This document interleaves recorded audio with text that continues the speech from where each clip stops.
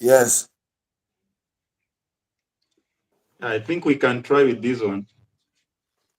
Yeah.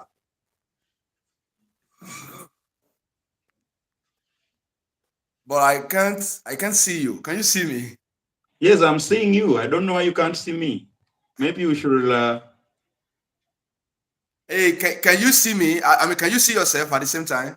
Yes, You can see yourself? yes, Oh man. and I can see you also. And Okay. now we are live.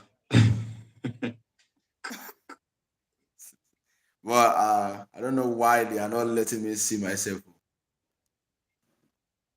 Maybe we Or can maybe proceed on that way, but I can see you. YouTube is recording you and me at the same time. Our okay. images can be seen. Okay. I guess it's from my side.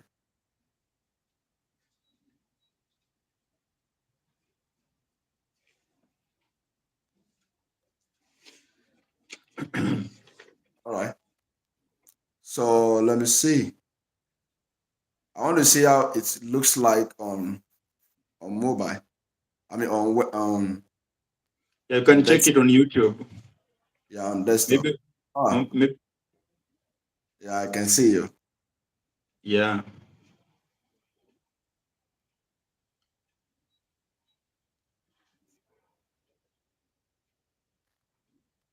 All right, should we start? Yeah, I think so. We can start. We can start. Okay. All right. Maybe can we take time to share it on our social media Yes. platforms? Yes. Yes. Okay, let me also share on my Facebook. Otherwise, it has been a struggle. I think we in Africa we still have internet issues.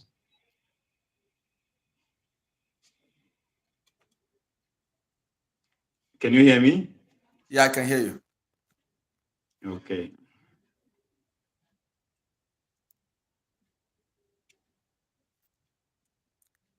All right, are you done sharing?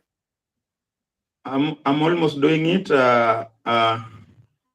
Yes, I can see you here. Let me share it on my Facebook. And then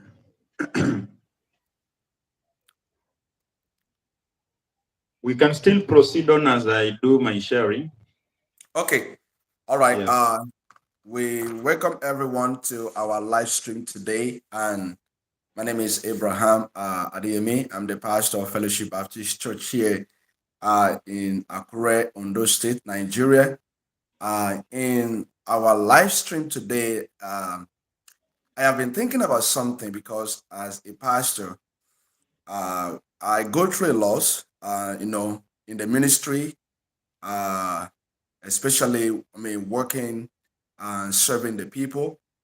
And then sometimes I feel like I am the only one going through the ministry issues.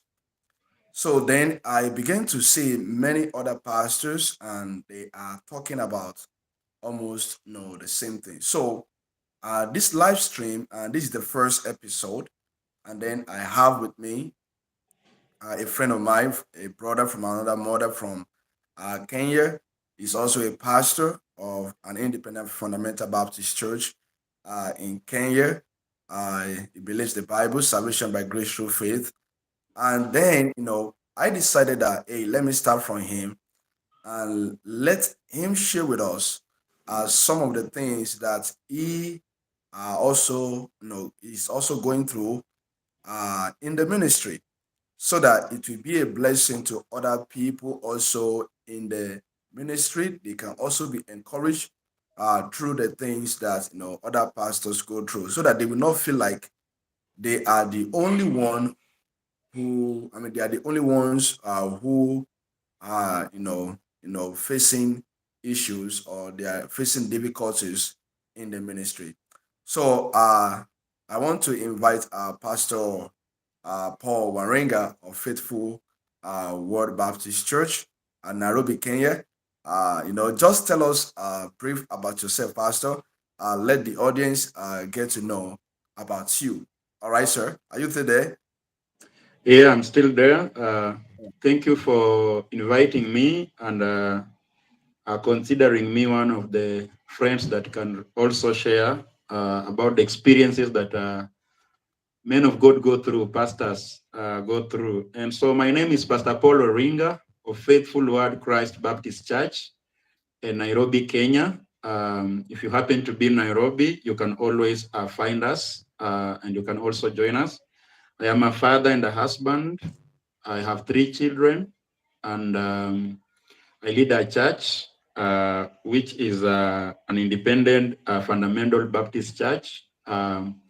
We do run soul winning programs every week, and we believe in what the Bible says. And so I am delighted that today I have an opportunity to share what we go through behind the curtains. You know, when people see us on social media, and when they see us preaching, it is very easy to assume that these people have no challenges. But Yes, yes, today yes. we have an opportunity to share those challenges, not in a way of complaining, but also just to encourage those that are in Amen. the ministry to understand that it is part of the journey.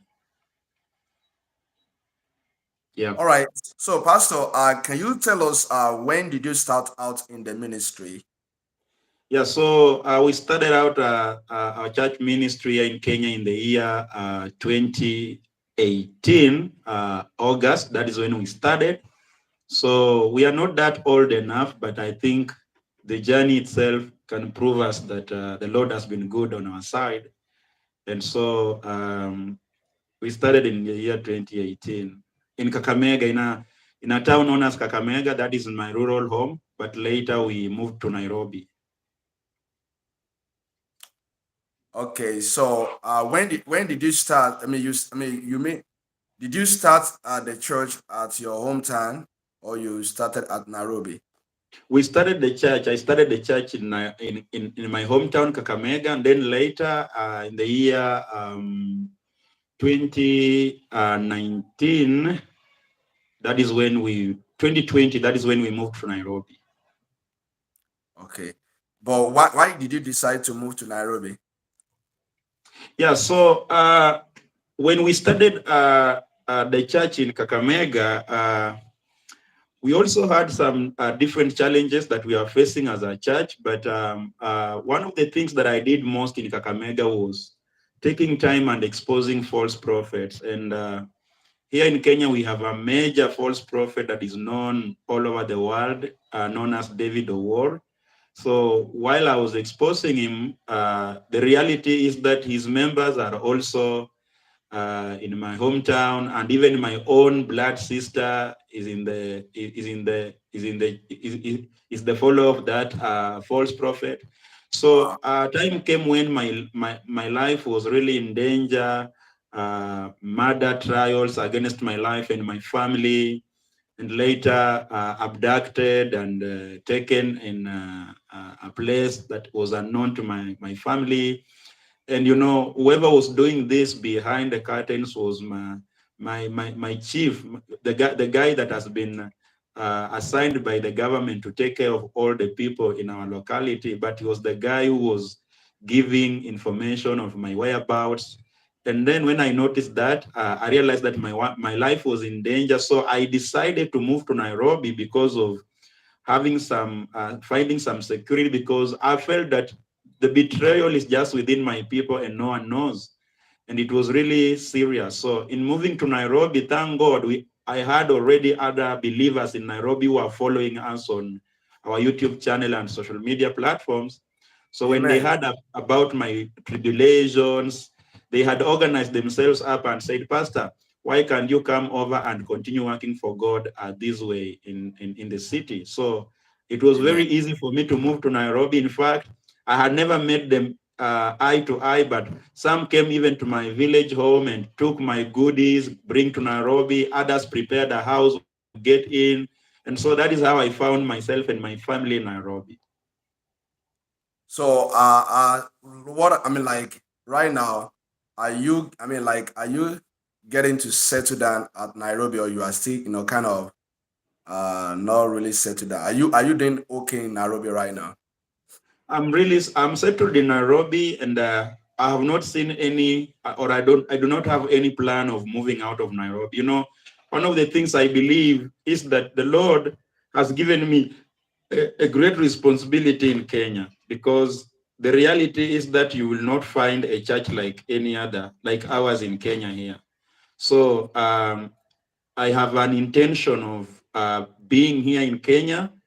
And, I've received invitations in other countries. People like, Pastor, come this way if, you feel like you are not safe in Kenya. But always I feel like there is a lot to be done here in Kenya. So I have no intentions of moving out of Nairobi uh, unless the Lord wants me to. But as far as I'm concerned, I believe that I'm here for a purpose in Nairobi and in Kenya as a whole, so I'm not moving.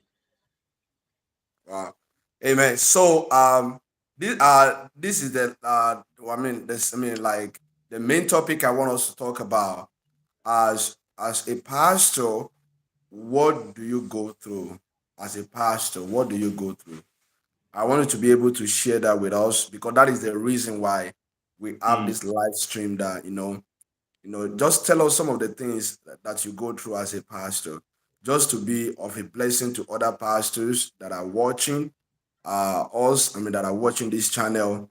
It's going to be a blessing to them to see that they are not the only one going through the issues of the ministry, or the things that they are going through. And by the way, we are not using this to complain. This is not a way of complaining.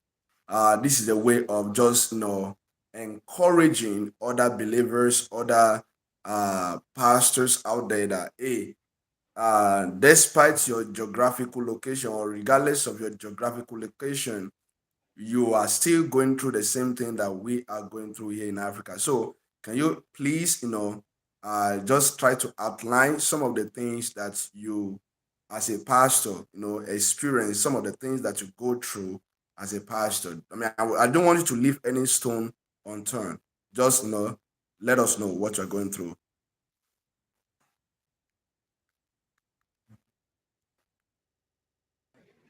Hello, Pastor. I had lost you. All right.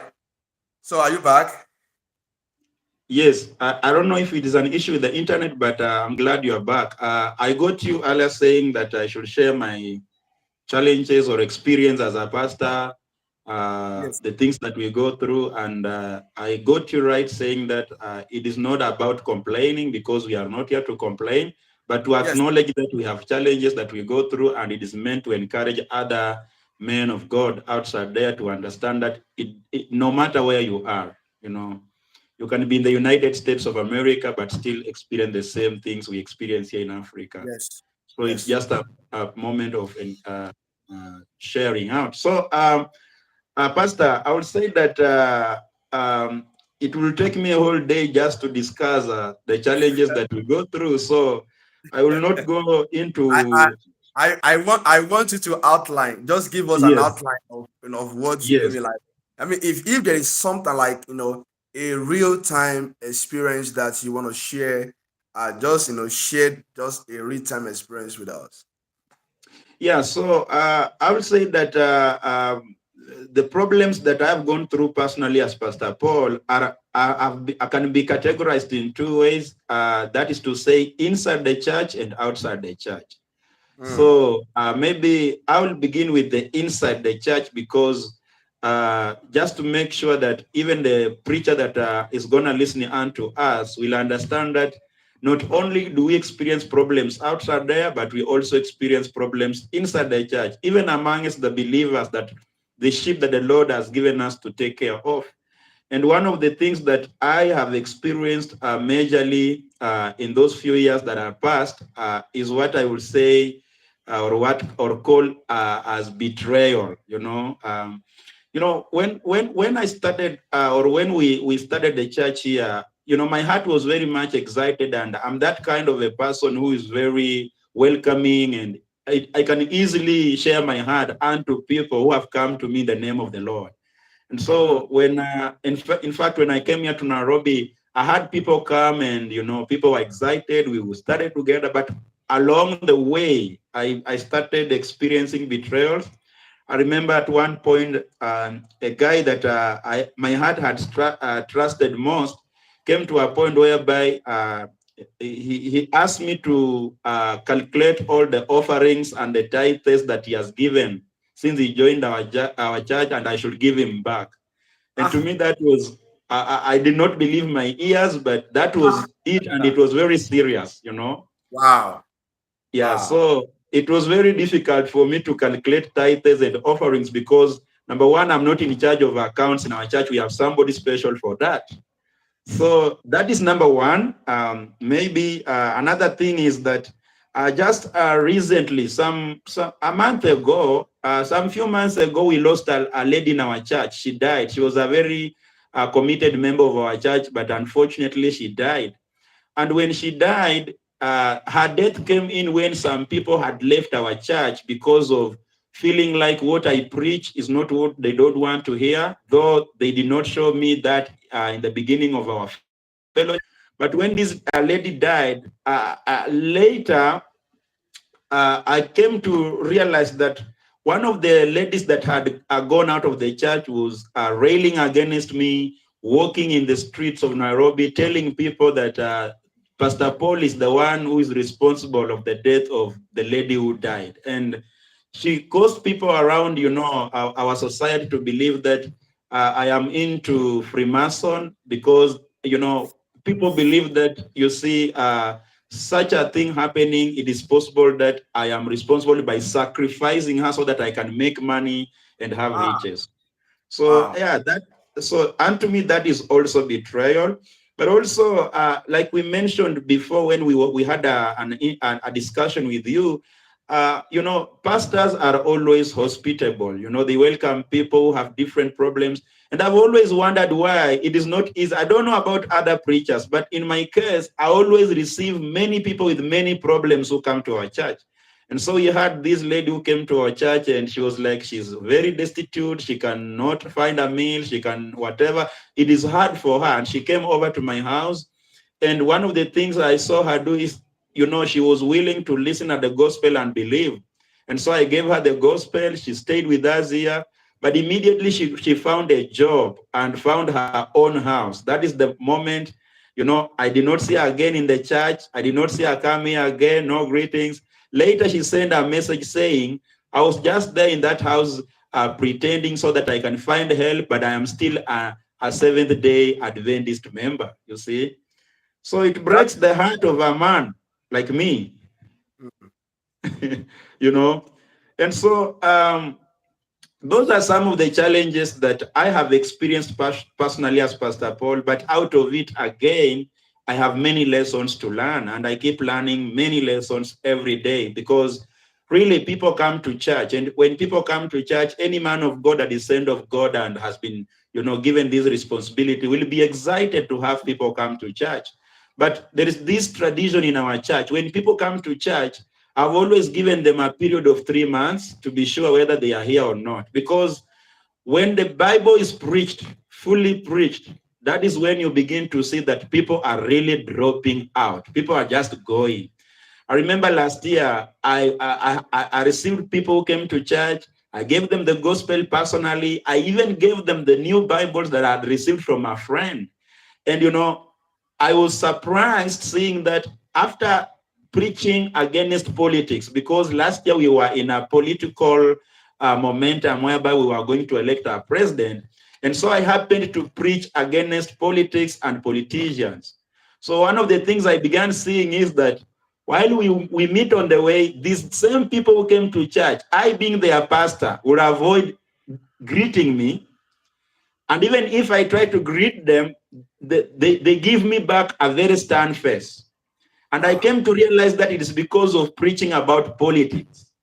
And until today, they are not friendly to me. And that is how they decided the church, even after I baptized them.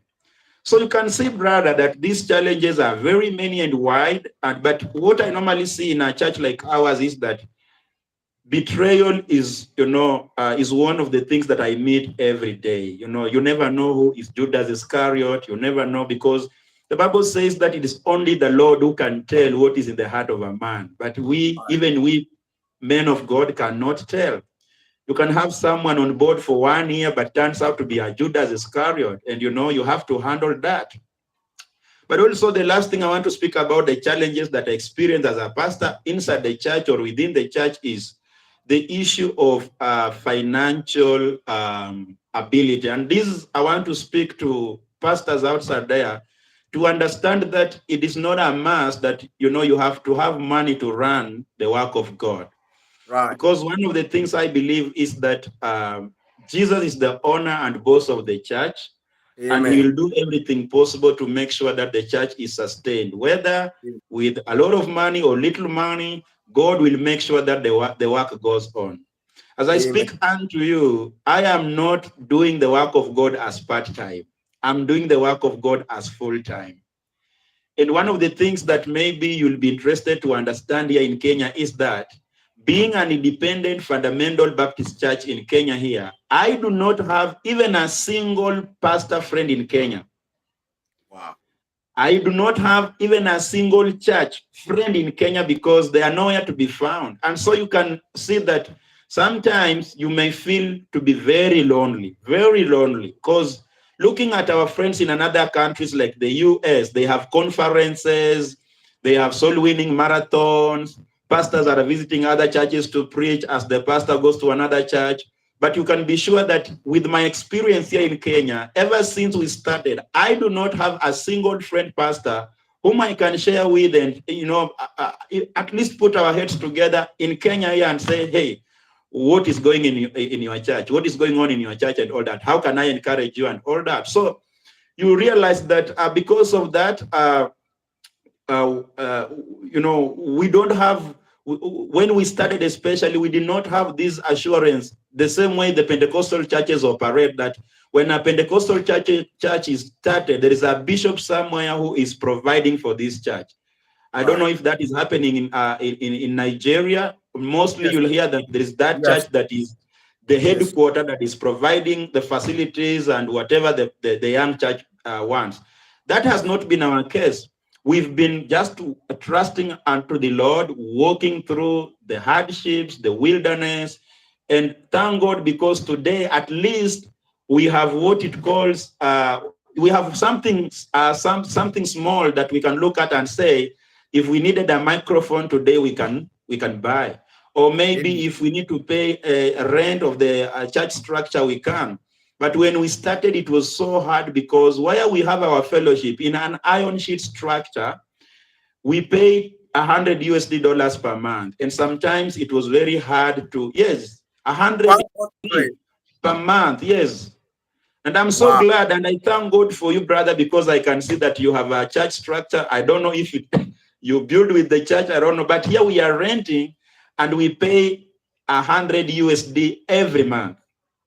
And so you see, doing that or having such a challenge or a problem, I call it a good problem, with betrayals inside the church, it is hard to raise the $100 and pay the rent. Because the same person who is supposed to pay a tithe so that the tithe can be used to pay the church rent is the same person asking me to calculate all the offerings and tithes and give back to him. So I will say that it has been just because of the Lord that we are still sustained and we can still pay, because God in his own way. Today I saw a very nice post from a pastor friend in the US who said, mostly the people we follow after don't come after us, but God sends his people in a very special way. So we've Amen. had those people in a very special way who come without our invitation. They just come over and make sure that our church structure has been paid. And so I'm saying this to encourage any man of God there that is struggling. And I said that I am 24/7 or a full-time minister in our church. That means I don't have a side hustle, because in Kenya, the thing is that if you choose to have a side hustle, like let's say an employment, that means you'll be committed to your work full-time. Therefore, you'll not have time for soul winning. You'll not have time for preaching midweeks. You'll not have time for doing whatever God requires to do. So you find me full-time here, and our church is very small. Our church cannot even take care of a pastor's house rent.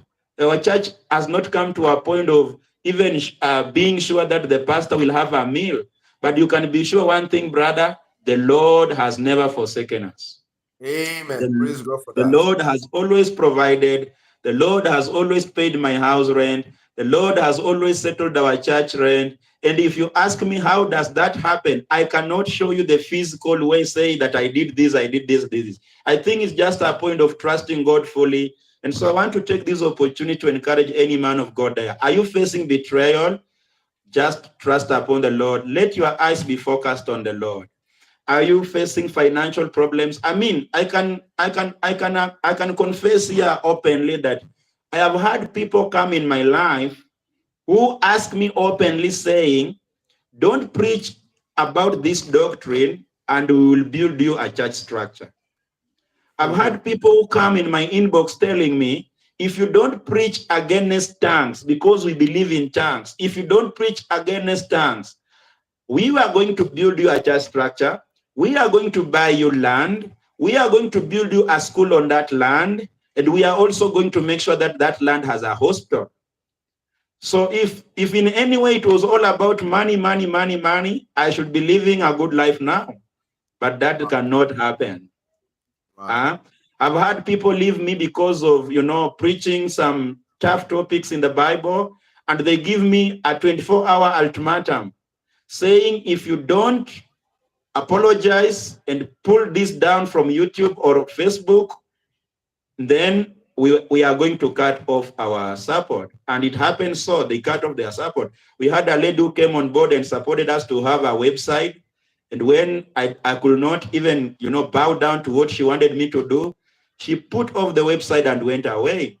So what am I saying? I'm saying that as Pastor Paul, there are many things that I've suffered, but Mhm. those problems are good because they strengthen me at the end of the day. And so those are just the problems within the church. So I don't know if I'll have time to share the outside problems, but I think as of now, brother, I've just given you a nutshell of the things that I face every day as Pastor Paul. All right. All right. Pastor, I want to come up. I mean, come on and say something. Just to you see the betrayer. If you have been in the ministry long enough, you will face the betrayer is number one. And the betrayer always come from someone that you trusted so much. I mean, just like Jesus Christ was betrayed by his financial treasurer or his treasurer, someone that he trusted with the financial uh, purse of the ministry, and then Jesus Christ was betrayed by him. So people that we love, sometimes they really don't love. I mean, they really don't uh, show that love back, and they are quick to to walk away and to just to quit and to leave. So betrayal is real in the ministry, and if care is not taken, a lot of pastors they have quit ministry because of huge betrayal from people that they do not believe that will do such. So, Mm, I mean, I can understand that pastors are the most betrayed people on earth. mm, Pastors are the most betrayed people on earth. I mean, people that that they try to people that they are trying to help, and then they betray them. So, and it's I mean, it feels I mean, the hurt is so great that I mean, like the hurt of being betrayed by someone that you love, by someone that you are trying to help, by someone that you care about is so much. So, that betrayal is a lot. Is a lot. Is a lot for for so many pastors to handle. So, if you are a pastor and you are going through a betrayal, first of all, you need to understand that you are not the only one who is going through this. And then mm, Jesus Christ is our example. He has gone through this betrayal, and then we can relate. We may not be able to have the full glimpse of his betrayal, but we can relate mm. by the betrayal that we also experience from the people that we are serving. So Yeah. I know when because ministry is all about serving people. We are not Pentecostals, and we are not charismatic. Our ministry is all about helping people. You know what I mean? Like we are helping people. So whenever you are helping people, people will hurt you, because most people, they don't see it, they don't see that you are trying to help them. So I want people to understand, pastors who are standing, we are not talking about pastors, who are misleading people, Bible believing, independent, Mhm. fundamental preachers who Mm, are in the ministry for the right reason. They go through a lot. And mm, it's not about complaining, all right? Please understand this. The purpose of our live stream and many of the episodes that we want to make is not about complain. We are not complaining at all, but we are mm, just sharing to encourage other pastors out there that, hey, you may be going through this and you are not the only one. We mm. need to hang on there. Don't give up. Just hang on there. Continue fighting the good fight of faith. You know, and then you can talk about the people, the people, the enemies from outside. We talk about them within, what you go through within. Just share some of the things that you go through from outside, so that people can Okay. also hear some of the things you go through from outside. Can you share that with us, please? Yeah. So again, if I may speak a few things concerning the outside problems. Number one is that one of the things that I've really suffered most, and I have never, I'm still, I know that the Bible speaks about it, and it's something that I'm struggling with every day. It's about my own people, my blood relatives. Yeah. So, Jesus said that a prophet is without honor, even in his hometown and his people and family and all that. And I can tell you that in my pastoral work, I have always wanted to see even my brothers, my sisters, my cousins rallying behind me. Like, hey, this is our own. Let's listen at what he's saying. But it has been a thorn in the flesh. And Mm. I think that I am not blaming them, because you see, we always say that when one is deceived, cannot really know that he or she is deceived until when he or she finds the truth. And so Right. you realize that even when we were born, like for example, I was born in a religious family, and in a religion that does not acknowledge the truth of the word of God, but you'll always hear of, this is the church of your fathers, this is the church of your grandmother, your grandfather, you need to stick close. Even to a point that they will always wish that when you become a pastor, you become a pastor in their religion. So seeing that growing up, and then I'm not like what they wanted it to be, they have always stood against me. Is like, we can talk about other issues. We can talk about funerals. We can talk about helping problems and all that. But when it comes to the matters of the gospel, they shut you up. So for me, and being a soul winner, it really saddens my heart seeing that many people that are strangers unto me, not related to me with regards to blood relationships, are getting saved, yet my own people are not getting saved. So that is a problem to me. It has been a problem to me always. And so I believe that it could be troubling another preacher somewhere saying, what is it? Where is the problem? If my own people are not willing to go my way, how then am I going to be this guy who is going to be listening to and to other people? That is number one problem. Number two problem is that, being an independent fundamental Baptist in Kenya and the only church, it is trouble. And here the trouble the trouble comes in when you realize that the lake is wide, the waters are many, and those waters refer to Pentecostalism. Everywhere it is a Pentecostal church. In fact, if you've taken time to listen to our sermons on Sunday, on the background you'll hear a Pentecostal church. Yes. That church is only 25 meters from our structure, and they are very noisy. They are very noisy, and that should tell you that being surrounded with a Pentecostal crowd. We are only but a drop. And sometimes it is so difficult to convince our society, people around us, telling them that, you know what, we are different from these guys. It takes one to come and, be patient for a long time, listen at the doctrines being preached for 1 month, 2 months, 3 months, and then he or she realizes that, so this is where Pentecostalism is wrong, and this is why I believe that this is the right way.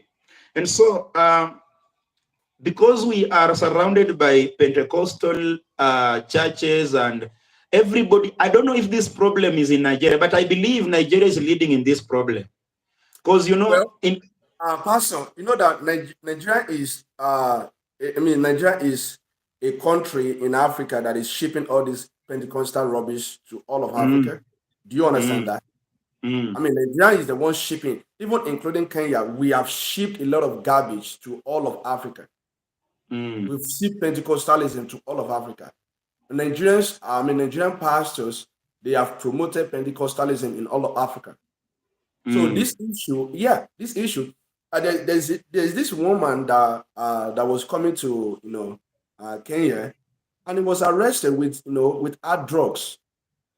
He's a pastor, Nigerian pastor coming to Kenya for a crusade. He was arrested with hard drugs, a Pentecostal pastor. So we see a lot of rubbish that is being shipped in the name of Christianity, and a lot of them we are having issue, my brother. Sometimes mm, when I see you talking about things, and I say like, well, I go through the same thing.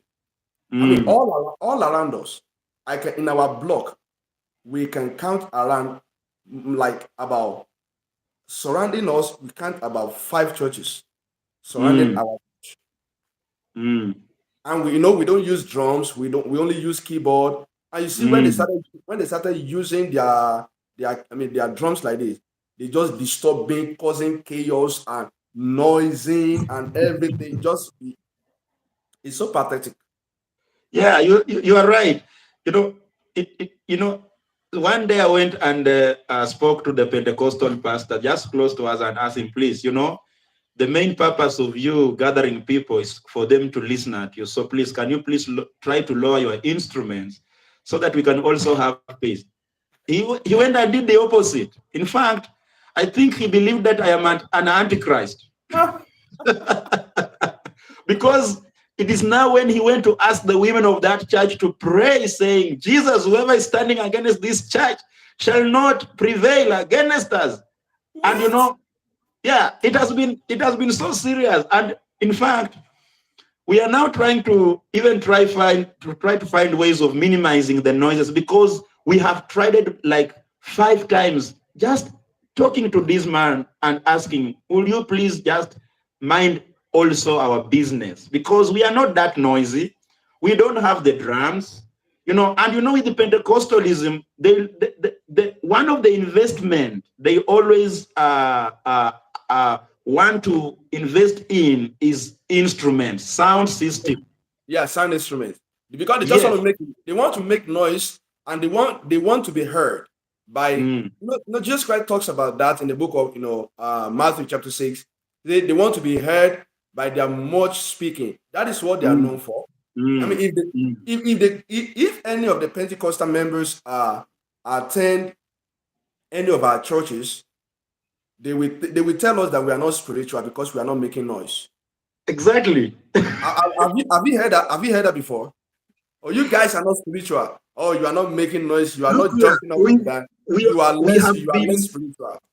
look here. Pastor Paul has been called a pastor that is not saved. You know Yeah. why? Because, and it is something that I've had it inside our church. We have these people who come and visit, and it's like, I'm going to that church, and somebody comes with the mind of Pentecostalism. Then when he or she gets in church, he finds that we don't have intercession in the morning. Like, the pastor is having a microphone saying, pray, pray, pray, pray, pray, pray, pray, pray, pray, pray. Comes to a church and finds that everything is called.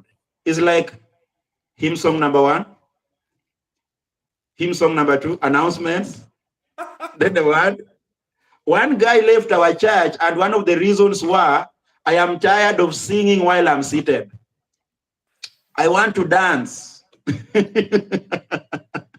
I am going to seek for a place whereby I can dance. I want to feel excited. And he even went further and said that I want to praise the Lord like David danced and the clothes were off his body.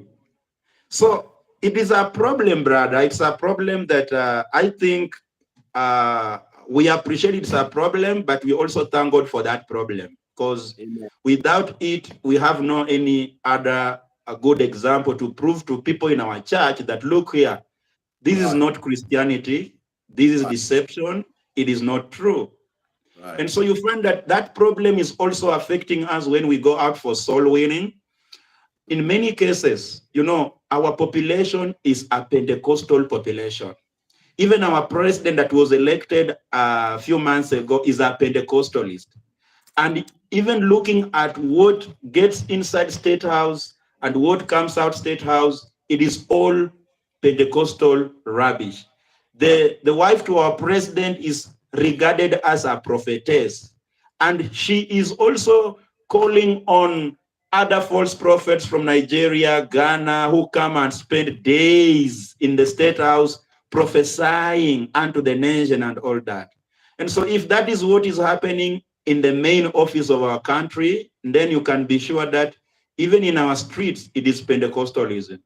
Now, when you go and you are spreading the gospel unto somebody that has been in a Pentecostal movement for all this time, for all this period, one of the things we have experienced is that people will tend to tell you that I don't want to listen unto you. I have my pastor. This is my church. My pastor is ABCD. We even went to another house one time doing soul winning, and we asked the lady whether she's 100% sure when she dies she'll go to heaven or not. And this was a question back unto us. Do you people have branch churches? Then I said, no. Then she said, you know what? I am not going to listen unto you because our church is an international church. We have branches in all Africa. Get out of my house. And we got out of the house. So you see, these are the problems that we encounter outside there. But also, anytime we go out for soul winning, knocking doors. Are you still there, Pastor?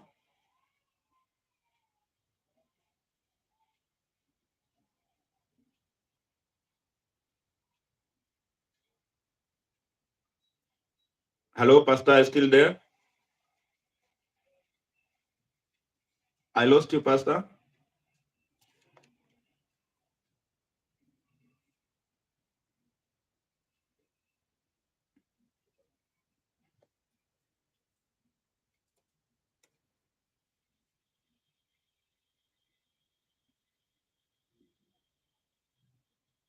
Pastor?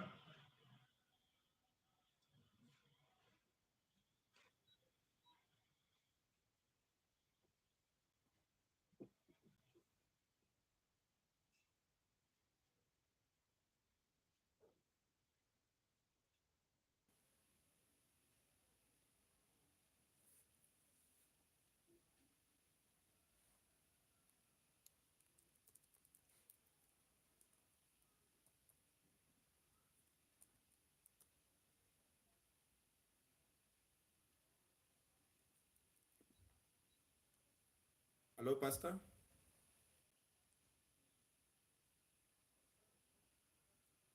All right. Pastor abrahamoluwatosin Adeyemi is the host of this program. We are sorry for the internet problem connections, but thank you for you that is still tuned on. So I was sharing with the pastor concerning the problems that we have here, or the problems that we experience as Pastor Paul and the church. And one of the problems that we have is Pentecostalism. And if you have different opinions concerning that, you can also